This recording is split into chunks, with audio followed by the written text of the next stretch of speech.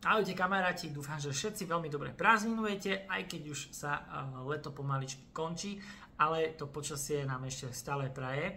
No, ale ja by som sa dneska s vami chcel podeliť o celkom zaujímavú situáciu alebo skúsenosť, ktorá sa mi pravidelne opakuje pri predaji nehnuteľnosti. Možno ste to aj práve vy, ktorí sú v takejto situácii, tak spozornite. Takže jedná sa v podstate o vecné bremeno právo dožitia.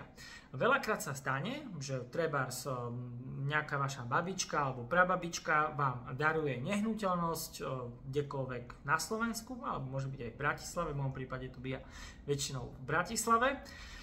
No a samozrejme ona tam ešte býva a preto sa na tieto nehnuteľnosti, ktoré sa darujú, dáva aj vecné bremeno právo dožitia. Hej? Takže no a počasie, keď táto babička alebo prababička skoná alebo zomrie, hej, tak samozrejme tí vlastníci tých nehnuteľností si povedia, OK, tak ona už tam nebýva, zomrela, právo, vecné bremeno právo dožitia tým pádom už nie je účinné ani platné a ja túto nehnuteľnosť môžem začať predávať. No, ale potom zrazu zistia, častokrát ináč tí ľudia tú nehnuteľnosť začnú iba prenajmú svoju nehnuteľnosť 2, 3, 4, 5 rokov a potom, keď je trebárs dobrý trh, vedia svoju nehnuteľnosť predať za výhodnú cenu alebo sa im zmenila situácia, že potrebujú nejaké peniaze na kúpu nejakej inej nehnuteľnosti, tak zrazu zistia, že na liste vlastníctva majú stále toto vecné bremeno právo dožitia.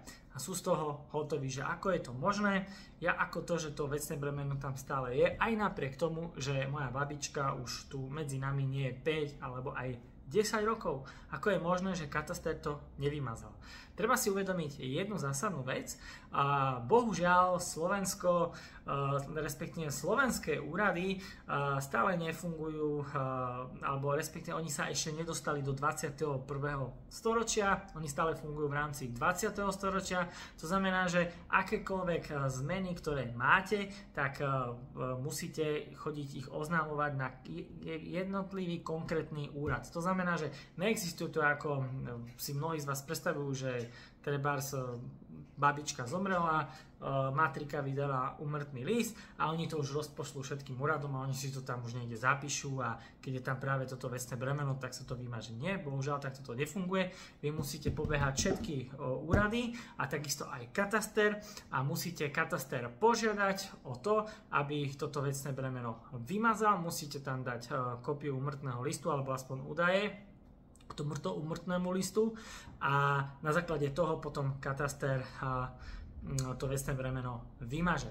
Trvá to ale až 60 kalendárnych dní, takže v prípade, keď potrebujete rýchlo predať svoju nehnuteľnosť, tak vám to môže celkom skomplikovať celý tento proces, lebo aj keď samozrejme zadáte číslo tejto zmeny alebo oznámenia a tie zamestnankyne v katastri to vedia pozrieť, tak samozrejme banka ale nepustí čerpanie úveru. Takže v podstate banka bude čakať, až pokiaľ to vecné bremeno nebude vymazané a až na základe toho vie pustiť úver a v podstate vie financovať celú tú danú konkrétnu hypotéku na predmetnú nehnuteľnosť. Hej? Takže v podstate, keď predávate nehnuteľnosť, tak, alebo respektíve aspoň len rozmýšľate nad tým, že by ste ju chceli predať, tak určite si pozrite list vlastníctva, či tam nemáte nejaké vecné bremená, alebo nedaj Bože aj nejaké iné mená, priezviska, adresy trvalého bydliska alebo tak a oznámte to katastru a zmente si tieto údaje na aktuálne, aby potom nedošlo